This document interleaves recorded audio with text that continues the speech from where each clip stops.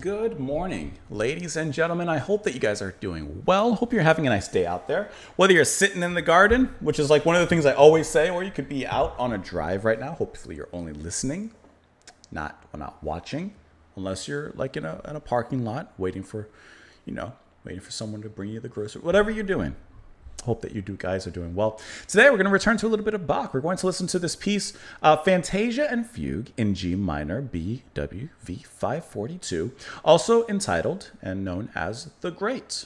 We are listening to this because this was suggested and sponsored by Sylvain. Thank you so much for the support. Thank you so much for the recommendation as well. Really been enjoying our foray into a little bit more from Bach. So let's go ahead and pull up the music. We're listening to this as being performed by Marie Claire Elaine. And so I'm pulling it up right now. We will give it a listen. We'll discuss it a little bit after. Here we go. I love when I right to it.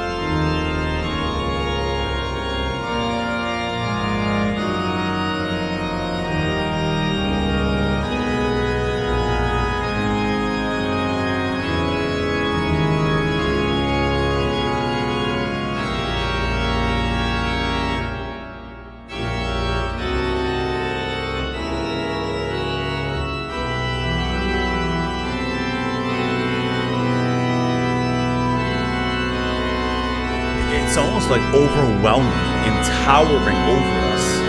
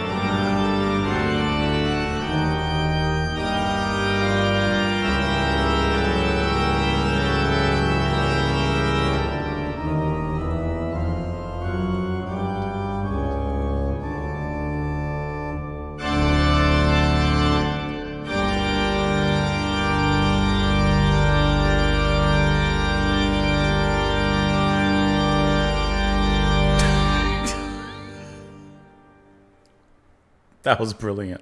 Okay, now the fugue.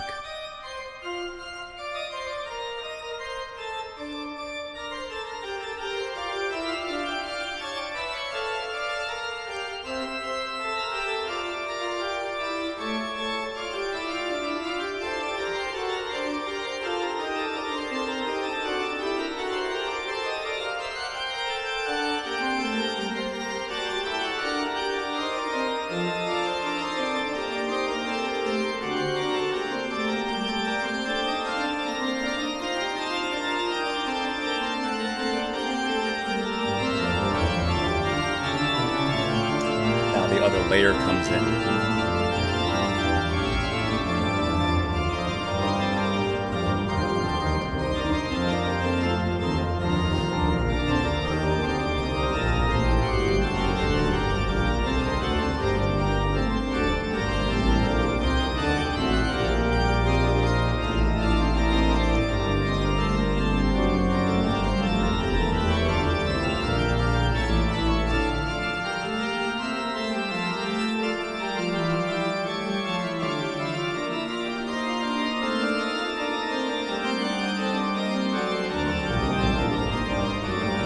Love when the deeper melody comes in.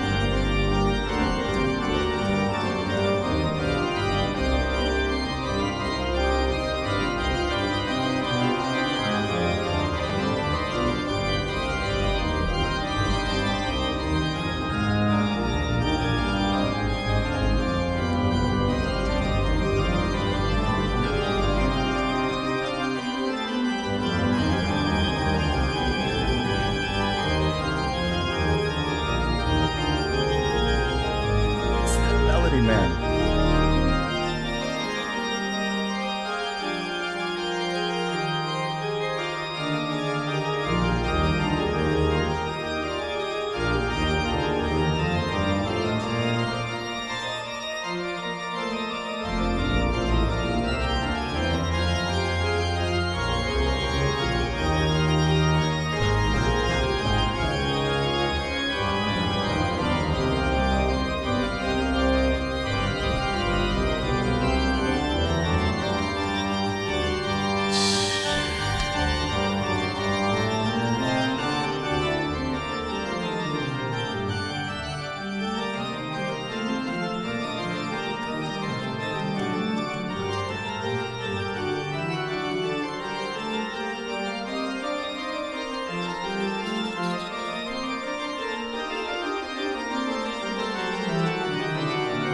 Cascading it.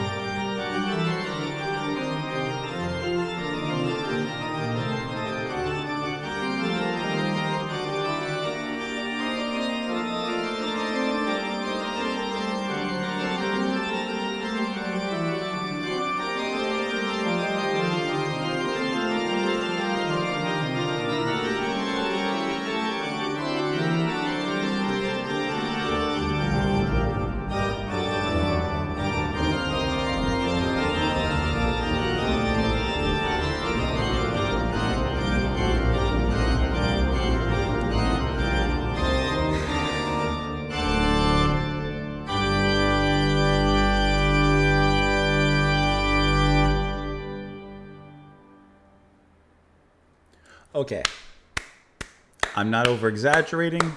We're not gonna get up and run around. We're not gonna do all of that. But this was brilliant. This was a 10 out of 10. Can I say masterpiece? Can I apply that to this? It's subtitled The Great, and it lived up to it. From the beginning, it starts off incredibly stark and dramatic.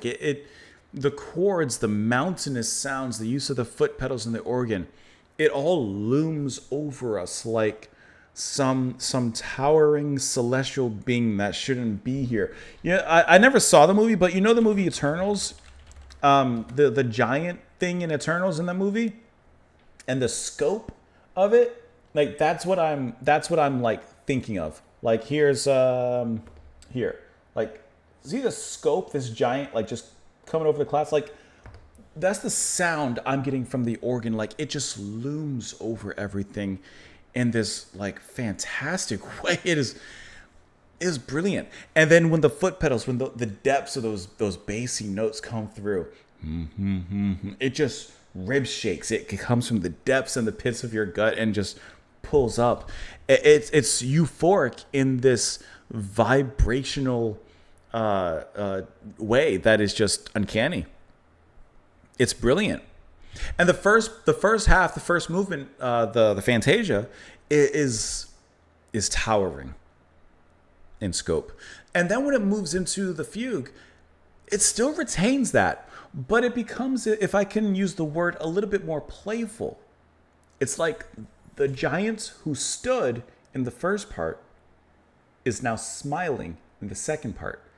And his smile, of course, from ear to ear, as wide and as many miles as that may be, shines down upon us and shows us a source of benevolence that is unheard of. And so we still have that looming kind of figure above us, but now it's benevolent to us, and it just comes across so playful in the way that it's played here, of course, from Elaine, but originally, of course, composed from Bach.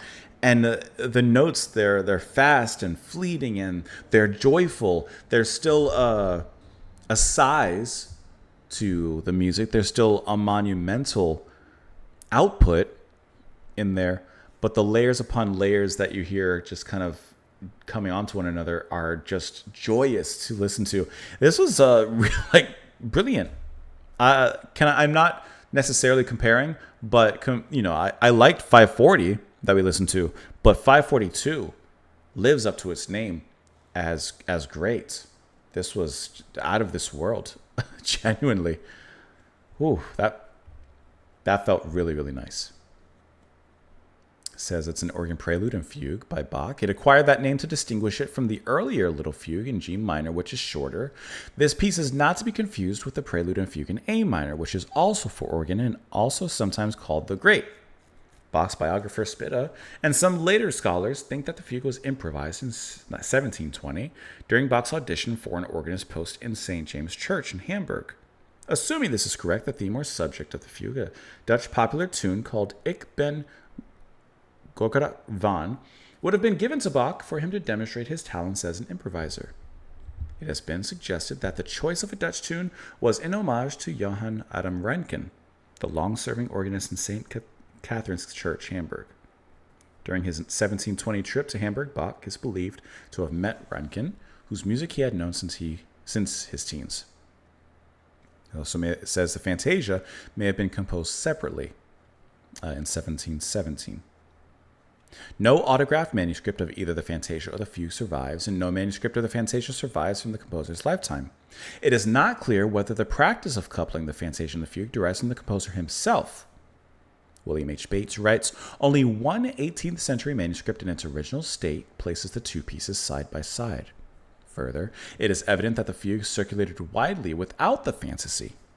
In fact, known or likely few copies of Bach's pupils or associates are devoid of any association with the fantasy. So there's a little bit of back and forth on whether they actually are made to be together. There are many variant textual readings in the manuscripts, perhaps most prominently in the final chord of the Fantasia, which is recorded as both G major and G minor. Some manuscripts preserve the fugue in the key of F rather than G minor. This transposition was probably performed in order to make the fugue playable on an organ whose pedals lacked a high D. It may well have been approved or even carried out by the composer himself. This was brilliant. There's no way around it. I think that this was absolutely out of this world. Fantastic to listen to. Truly living up to its name in every respect.